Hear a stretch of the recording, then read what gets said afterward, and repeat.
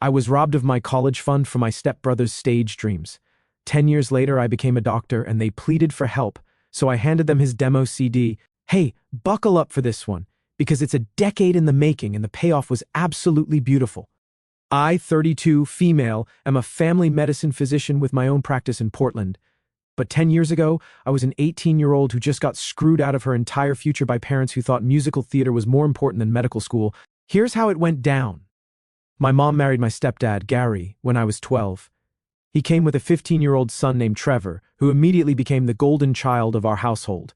Trevor was this wannabe Broadway star who spent every waking moment singing show tunes and practicing jazz hands in the mirror. The kid had decent pipes, I'll give him that, but he also had the work ethic of a sloth and the ego of Kanye West. Gary was one of those divorced dads trying way too hard to be the cool parent. He'd constantly brag about Trevor's artistic talent and how he was going to be the next big thing on Broadway. Every conversation somehow circled back to Trevor's latest audition or performance. Meanwhile, I was pulling straight A's in AP chemistry and biology, volunteering at the hospital, and already planning my path to medical school. The favoritism was so obvious it was almost comical. When I got accepted to the National Honor Society, Gary's response was, "That's nice, honey. Did you hear Trevor got the lead in the school musical?" When I scored in the 95th percentile on my PSATs, Mom clapped politely and then immediately shifted the conversation to how Trevor needed new headshots for his portfolio. Trevor milked the attention for everything it was worth. This kid would break into song during dinner conversations, not kidding. We'd be discussing grocery lists and he'd suddenly start belting out Defying Gravity from Wicked like we were his personal audience. Gary would beam with pride while I sat there wondering if this was what having a stroke felt like. The real kicker was how they handled our different activities. My science fair projects? Very nice, dear. Trevor's community theater performances? Full family attendance with flowers and a celebration dinner afterward. I once won first place at the Regional Science Olympiad, and Gary's only comment was asking if we could leave early because Trevor had rehearsal. I remember one particular instance during my junior year that perfectly encapsulated the family dynamics. I had been working for months on a research project about antibiotic resistance in local water sources, weekends at the university lab, actual fieldwork collecting samples, findings that impressed my AP biology teacher enough to nominate me for a state-level science competition. The same week I found out I'd won second place at state, a huge accomplishment that would look incredible on college applications. Trevor auditioned for the lead in the community theater's production of Guys and Dolls. He got a callback. Not the part, a callback. Guess which achievement dominated family dinner conversation for the next month? Gary actually printed out the callback notice and put it on the refrigerator. My state-level science award went in a drawer somewhere, but I figured college would be my escape route. I'd been saving every dollar from my part-time job at the drugstore, 3 shifts a week after school and 8-hour weekend shifts. The work was mind-numbing, stocking shelves, running the register, dealing with people who couldn't understand why their insurance wouldn't cover their pet's medication, but every paycheck went straight into my college savings account. More importantly, my mom had always promised that my college fund would cover the rest. This wasn't some vague parental promise. This was a real account started by my biological father before he died in a car accident when I was 8. Dad had been an engineer, practical and forward-thinking, and he'd set up an education fund that grew steadily over the years through conservative investments.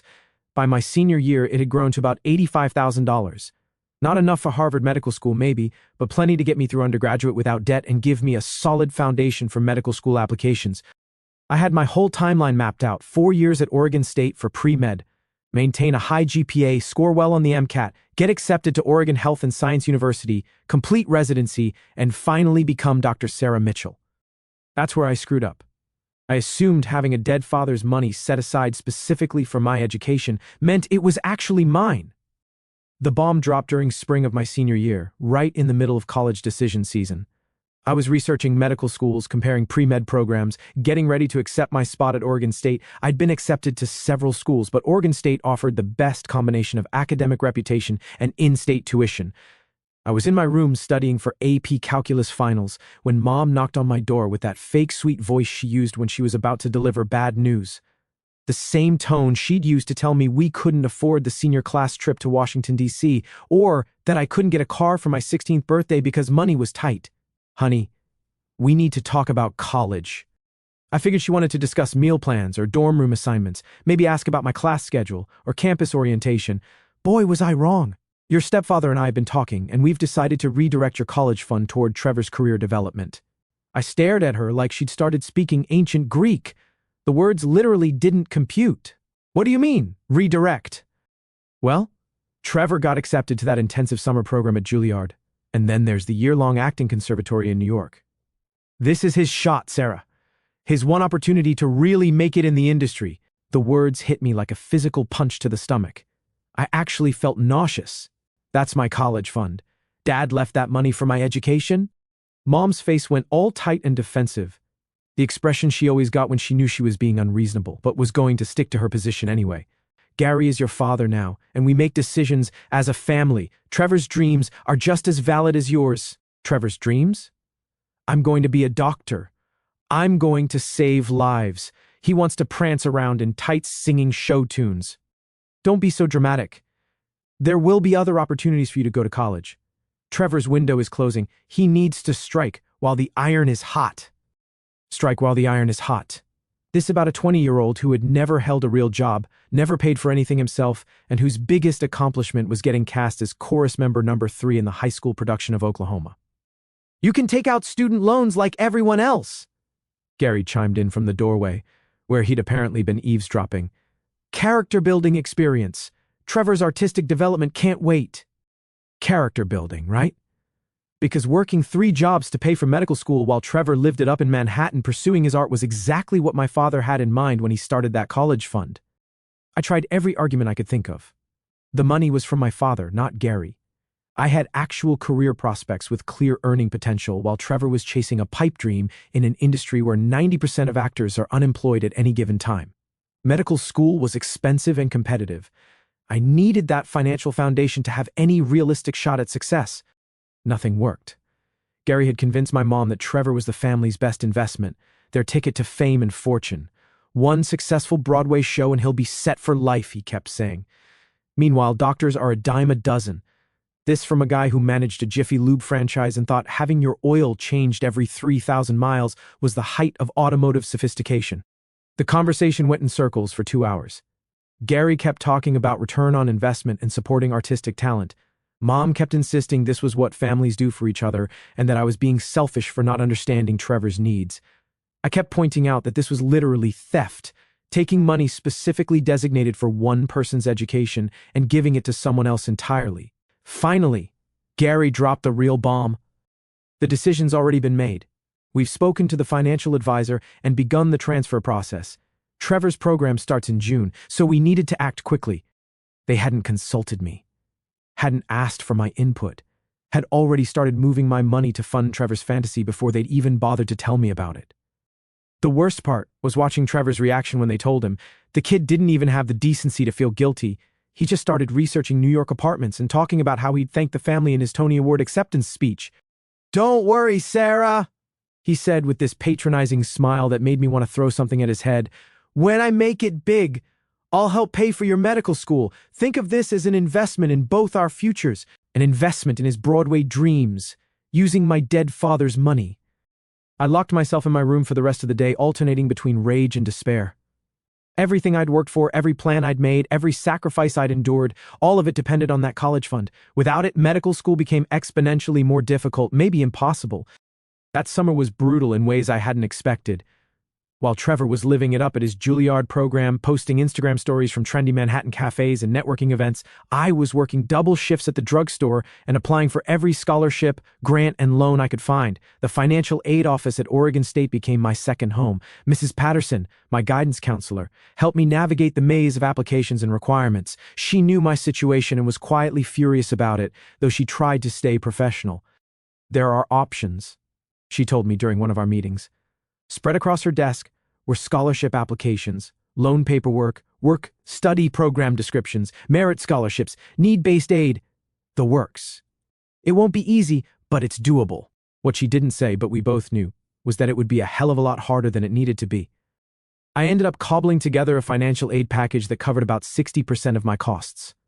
Academic scholarships covered tuition partially, need-based aid helped with room and board, but there was still a significant gap.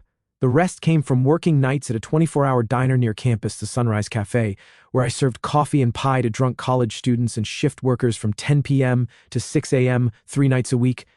My freshman year schedule looked like something designed by a sadist. Classes during the day, study time in the afternoon, work from 10 p.m. to 6 a.m., sleep for 4 hours, repeat. I lived on vending machine coffee and whatever free food I could scrounge from the diner, day-old muffins, soup that was about to be thrown out, the occasional sandwich from a sympathetic cook. Meanwhile, Trevor was posting Instagram stories from those same trendy Manhattan cafes, talking about his artistic journey and networking with other aspiring performers. The $85,000 that should have been securing my education was funding his coffee shop meetings, acting classes, and what looked like a pretty active social life. My grades suffered that first year, not badly. I maintained a 3.4 GPA, but it wasn't the 3.8 I'd planned on. Hard to excel academically when you're running on 4 hours of sleep and your biggest meal of the day is often a granola bar between classes. But I adapted. Found study groups that met during hours I was awake, formed relationships with professors during office hours when most other students were socializing, discovered that medical school admissions committees actually looked favorably on applicants who'd worked their way through college. It demonstrated dedication and work ethic that trust fund kids couldn't match. Trevor's updates from New York became increasingly sporadic and vague. The Juilliard summer program went well, but the year-long conservatory was apparently more challenging than he'd expected. His Instagram posts shifted from artistic revelations to complaints about the competitive nature of New York theater, the cost of living, and the difficulty of getting noticed among so many talented performers. Gary kept making excuses during our occasional family phone calls. He's finding his artistic voice. The New York scene is tough to break into. He just needs more time to establish himself in the industry. What Trevor actually needed was a job, but that was apparently beneath him. By my sophomore year, I'd found my rhythm. Better time management meant better grades. I brought my GPA up to 3.7. The diner work was still exhausting, but I'd been promoted to shift supervisor, which meant slightly better pay and more predictable hours. I'd also started tutoring other students in organic chemistry, which paid better than restaurant work and looked great on medical school applications. Trevor, meanwhile, had moved from the expensive Manhattan apartment to a shared place in Brooklyn. The updates from New York became less frequent, and when he did post on social media, it was usually about the struggle of being an artist rather than actual accomplishments. Junior year brought both opportunities and challenges. I'd started volunteering at the campus health center, getting hands-on experience with patient care that would be invaluable for medical school applications. The volunteer coordinator, Dr. Martinez, became an informal mentor, helping me understand the medical school application process and even writing one of my recommendation letters. But junior year also brought the news that Trevor was moving back home. The New York experiment had officially failed after 3 years and most of my college fund. He was 23, broke, and moving back into his childhood bedroom like nothing had happened. Gary spun it as regrouping for his next phase and bringing valuable industry experience back to the local market. What it actually meant was that Trevor had spent $85,000 of my inheritance and had nothing to show for it except stories about auditions he didn't book and connections that didn't lead anywhere. Senior year was crunch time, medical school applications, MCAT prep, maintaining grades and still working, enough hours to pay for basic living expenses. I took the MCAT twice. The first score was good but not great. The second attempt was much better after months of studying with borrowed prep books and free online resources. Medical school interviews were their own kind of torture, professional clothes I couldn't afford, travel expenses that ate into my grocery budget, the stress of competing against applicants whose parents could afford test prep courses and application consultants. Somehow it worked. I got accepted to Oregon Health and Science University, my dream school, excellent reputation and relatively affordable for in-state students, not a full scholarship, but manageable with loans and the part-time work I'd planned to continue during medical school. 4 years later, I graduated from Oregon State summa cum laude with a 3.9 GPA in biochemistry. Not bad for someone who'd been working 25 to 30 hours a week throughout college and living off vending machine dinners and day-old pastries from the diner. Medical school was even harder without family support. While other students could focus purely on studies, I was working weekends at urgent care clinics as a medical scribe, tutoring organic chemistry to undergraduates, and doing medical research for faculty members who paid graduate student rates for data analysis. The loans were terrifying. Each semester brought new promissory notes, new debt totals, new calculations of how long it would take to pay everything back. By graduation, I owed about $250,000, manageable for a doctor's salary, but still a mountain of debt that would follow me for decades. Throughout medical school, I kept tabs on Trevor through social media and family gossip. He'd gotten a job at a music store in town, was occasionally performing in local community theater productions, and still lived at home with Mom and Gary, still talking about his music career like he was just temporarily between major opportunities. The contrast was stark. I was learning to diagnose heart attacks and deliver babies, working 80-hour weeks during clinical rotations, preparing to save lives and contribute meaningfully to society. Trevor was selling guitar picks and auditioning for dinner theater productions of Grease. I graduated medical school with honors and started my residency in family medicine at Portland General. 3 years of brutal schedules, overnight shifts, emergency department rotations, learning to handle everything from routine checkups to life-threatening emergencies. But I loved it. Every difficult case, every complicated diagnosis, every patient I helped, it all felt worth it. During residency, the family updates became more concerning.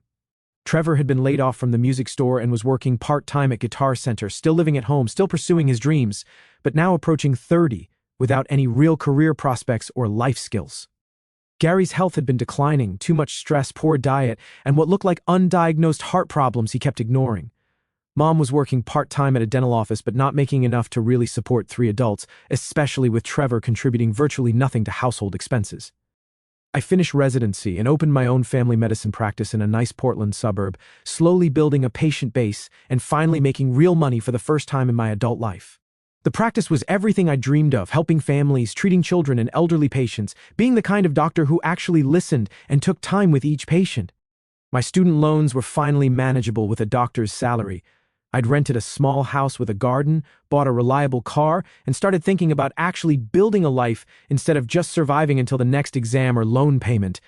Trevor, meanwhile, was 31 and still living in his childhood bedroom, working retail part-time, and occasionally posting on Facebook about upcoming projects that never materialized. Then the call came. I was in my office reviewing patient charts on a quiet Tuesday afternoon when Mom called, crying hysterically. Gary had been having chest pains for weeks, but ignored them because he didn't have time to be sick, the classic male response to concerning symptoms. He finally collapsed at the Jiffy Lube during the morning shift and was rushed to the hospital. Heart attack. A major one. The doctors are saying he needs surgery. Mom sobbed into the phone. Multiple bypasses, and they want to keep him in intensive care for at least a week. My medical training kicked in immediately. I asked about his symptoms, timeline, what the cardiologists were saying about prognosis and treatment options, and started mentally calculating recovery time and potential complications. How much is this going to cost? I asked, though I already suspected the answer would be devastating. That's when the real problem came out. Gary's health insurance through the Jiffy Lube franchise was basically catastrophic coverage only. High deductible, limited network, the kind of plan that works fine for routine care but leaves you bankrupt when something serious happens. They were looking at probably $200,000 in medical bills, and that was if everything went smoothly, with no complications or extended recovery time. Gary's plan would cover maybe 40% after the deductible was met. We don't know what to do, Mom said, her voice breaking. We thought maybe, since you're a doctor now. There it was. The ask I'd been expecting for years. You want me to help with the medical bills? It's not that we expect you to pay everything, she said quickly, probably realizing how that sounded. But maybe you could talk to the doctors. Work something out, help us figure out payment plans or charity care options.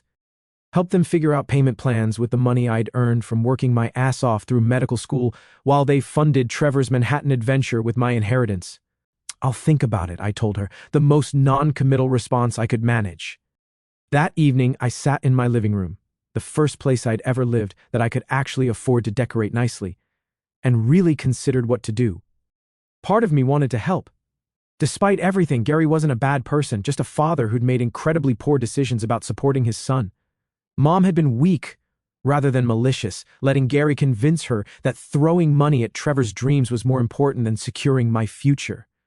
But every time I started feeling guilty, I remembered sitting in that 24-hour diner at 2 a.m. during medical school, studying anatomy while serving coffee to drunk college students because I couldn't afford to study full-time like my classmates whose parents were supporting them. I remembered eating ramen noodles for dinner 3 nights a week because that was all I could afford after paying for textbooks and lab fees. I remembered the constant stress of loan applications, scholarship essays, the exhaustion of working and studying simultaneously while Trevor posted Instagram stories from expensive restaurants in Manhattan. The next morning, I drove to my childhood home for the first time in 3 years. The house looked exactly the same from the outside, except for Trevor's car in the driveway, a decent Honda Accord that probably cost more than I'd spent on food during my entire medical school experience. I knocked. Trevor answered, looking like he'd just woken up despite it being 11 a.m. Still had that same entitled expression, though it faltered a bit when he saw me. "Oh, hey, Sarah. Mom's at the hospital with Gary." "I know. I came to see you." He let me in. I looked around the living room where I'd spent my childhood, same furniture, same family photos on the walls, including several framed pictures of Trevor in various stage productions over the years. None of my academic achievements were displayed anywhere, I noticed. "This is really scary, you know," Trevor said, settling onto the couch. "Gary's like really sick and the money situation is totally screwed." "Yeah," I heard. "What are you doing to help?" He looked genuinely confused. "What do you mean?" What are you doing to help with the medical bills? You're 31 years old, you live here rent-free. They've supported your career attempts for over a decade. What's your plan for helping them through this crisis?" Trevor shifted uncomfortably, probably not used to anyone asking him to take responsibility for anything. I'm working at Guitar Center. I don't exactly have medical bill money lying around, right? But you could get a second job, or maybe a better primary job that actually uses that expensive training they paid for you to get. It's not that simple. I'm still pursuing my music career. I can't just abandon everything I've worked for, everything he'd worked for, with my college fund. The audacity was breathtaking. "Trevor, what happened to the $85,000? "What do you mean?" "My college fund. The $85,000 from my father that was supposed to pay for my education. Where did it go?" He had the decency to look uncomfortable, at least that. "That was like years ago, Sarah. It went to my training, living expenses in New York, networking opportunities, investment in my future, right? And what return did they get on that investment?" The silence stretched out between us. Trevor picked at a thread on the couch cushion, suddenly very interested in the upholstery pattern. "Look," he finally said, "I know you're probably still mad about the college thing, but that worked out fine. You're a doctor now. You made it work." "I made it work by accumulating $250,000 in student debt and working 3 jobs throughout medical school. You made it work by spending my dead father's money on acting classes and Manhattan rent. That's not fair. Mom and Gary made that decision as parents. I didn't force them to do anything." "No, but you sure didn't object to it either. And you didn't exactly rush to pay it back when your Broadway dreams didn't pan out." Trevor stood up, pacing toward the window. "What do you want me to say, Sarah? I'm sorry? Fine. I'm sorry it worked out that way, but I can't change the past. And Gary's sick now. This is bigger than old family drama." "You're right. This is bigger than old family drama. This is about accountability." I reached into my purse and pulled out a CD. Not a burned CD with a handwritten label. This was professionally manufactured with glossy artwork and everything. Trevor's eyes went wide when he saw it. "Where did you get that?" "Your MySpace page from 2018. Remember you spent about $3,000 of my college fund getting these demo CDs professionally made? Posted about it constantly, how this was going to be your breakthrough, how record labels would hear your talent and offer contracts." Trevor's face went red. That was a different phase of my career. I'm more focused on live performance now, right? Well, I bought a copy off eBay. Figured it was the least I could do since I technically helped pay for it. I set the CD on the coffee table between us and headed for the door. Trevor followed me. "Sarah, wait. What are you doing? Are you going to help with Gary's bills or not?" I turned around at the door looking at this 31-year-old man who still lived in his childhood bedroom, who'd spent my inheritance on a failed dream, and who was now asking me to bail out the family that had sacrificed my future for his. "I'm going to help exactly as much as this family helped me get through medical school." "What does that mean?" "It means you should probably start checking couch cushions for spare change. Maybe sell some of those professional headshots from your portfolio." That evening, Mom called again.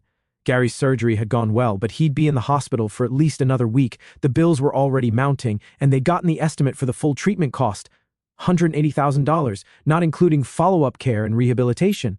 "Did you talk to Trevor?" she asked. "I did. Interesting conversation. He's still living the dream, apparently." "Sarah, please.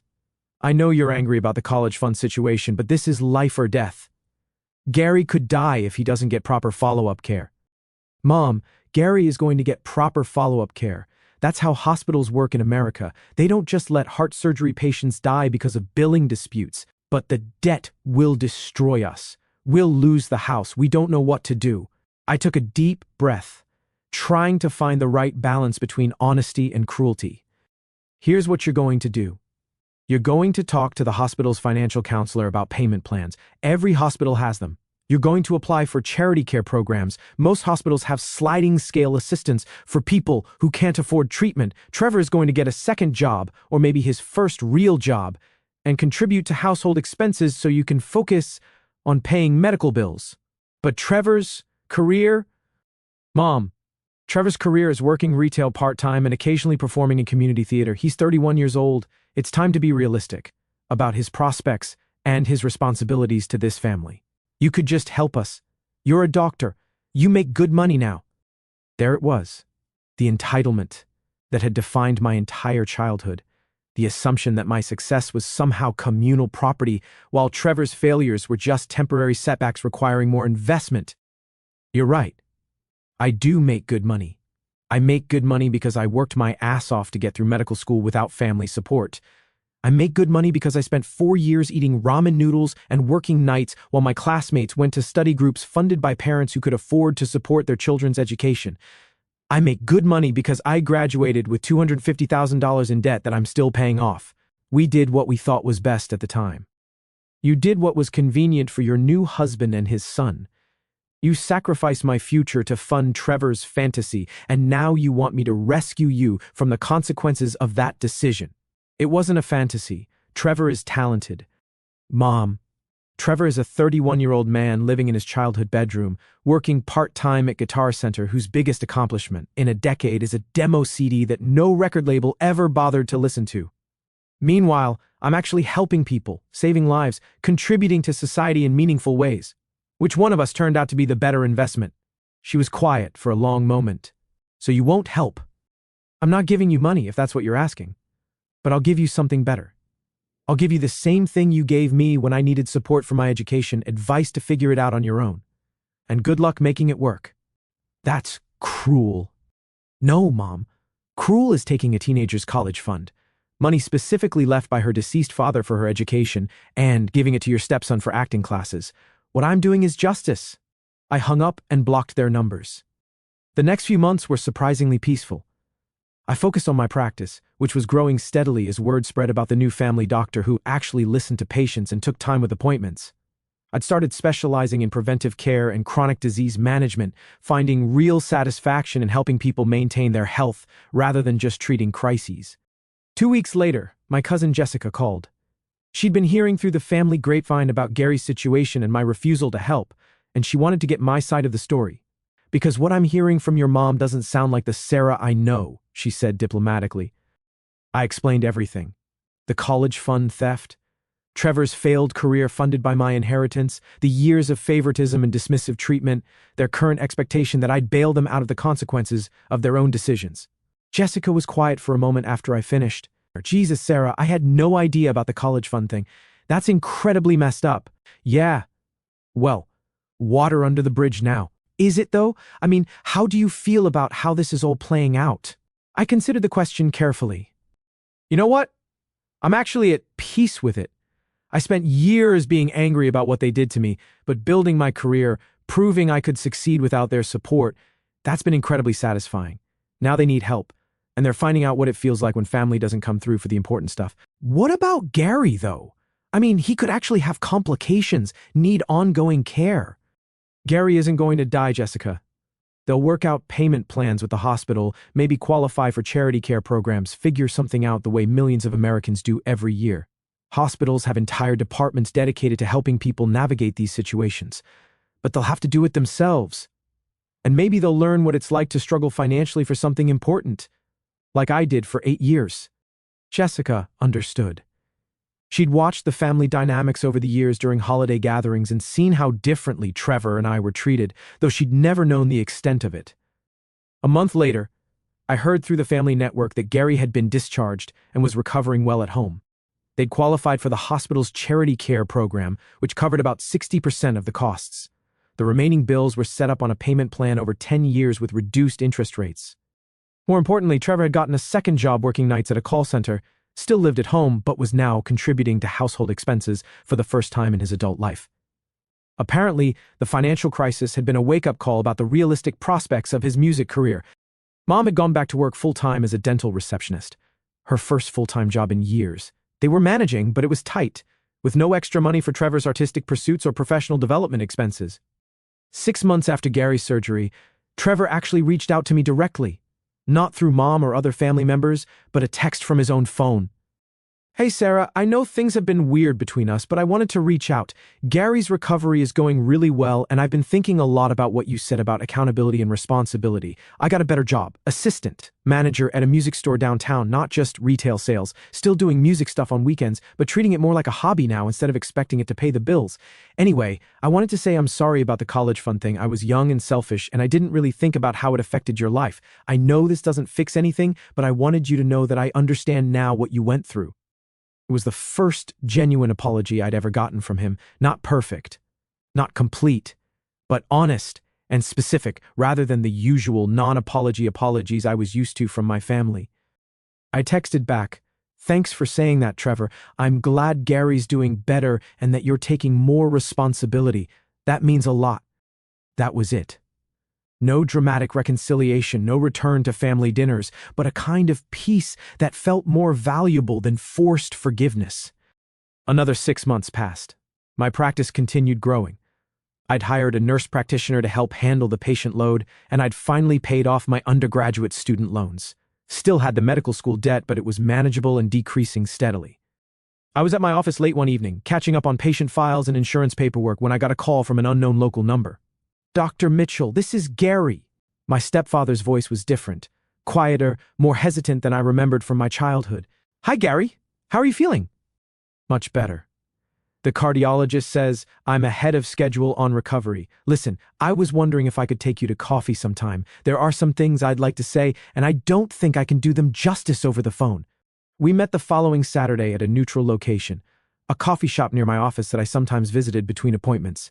Gary looked older, more tired than I remembered, but healthier than I'd expected given the major surgery. "I owe you an apology," he started without preamble. Several apologies, actually. I waited, curious to see where this was going. The college fund thing was wrong, not just misguided or poorly thought out, it was wrong. I convinced your mother it was the right decision for the family, but it wasn't. That money was meant for your education, specifically set aside by your father for that purpose, and we had no right to redirect it. Why did you do it? Gary stirred his coffee for a long moment, clearly thinking about how to answer honestly. Because I was desperate to prove that supporting Trevor's dreams was the right choice. I'd been divorced, felt like I'd failed at being a father the first time around, and I wanted to show Trevor that I believed in him completely, but I did it at your expense, and that was inexcusable. What about Trevor? Have you talked to him about all this? We've had several long conversations over the past few months. The financial crisis was a wake-up call for him about taking responsibility for his own life instead of expecting other people to fund his dreams. He's been contributing to household expenses, found better employment, started acting like the adult he should have been years ago. I'm glad he's growing up. Sarah, I need you to know your mother never stopped feeling guilty about the college fund decision. She talks about it constantly now. How proud she is that you made it through medical school and built a successful practice despite our lack of support. How much she regrets listening to me about redirecting that money to Trevor. Then, why didn't she ever say that to me directly? Pride, I think. And maybe fear that you'd reject the apology or tell us it was too little too late. Gary reached into his jacket and pulled out a folded piece of paper. This is a promissory note. We can't pay you back the full $85,000 all at once, but we've worked out a budget to repay you over 10 years with interest. It's not enough compensation and it's not soon enough, but it's what we can realistically manage given our current financial situation. I unfolded the document and looked it over. It was detailed and clearly thought out, with monthly payment amounts, interest calculations, and contingency plans if their financial situation changed. The interest rate was actually higher than they needed to offer. You don't have to do this, Gary. Yes, we do. We stole your inheritance and used it to fund a fantasy. Now we're going to pay it back, even if it takes until we're both dead to do it. I folded the paper and put it in my purse. Gary, I want you to know I'm not angry anymore. I was for a long time, furious about what felt like a betrayal, but building my career on my own terms, proving I could succeed without family support, that actually healed something in me. I'm grateful for the struggle in some ways, because it made me stronger and more self-reliant. That doesn't make what we did right. No, but it makes me who I am today. And I like who I've become. We finished our coffee and talked about safer topics, Gary's recovery process, my practice, the weather, normal conversation between two adults who'd found a way to coexist respectfully.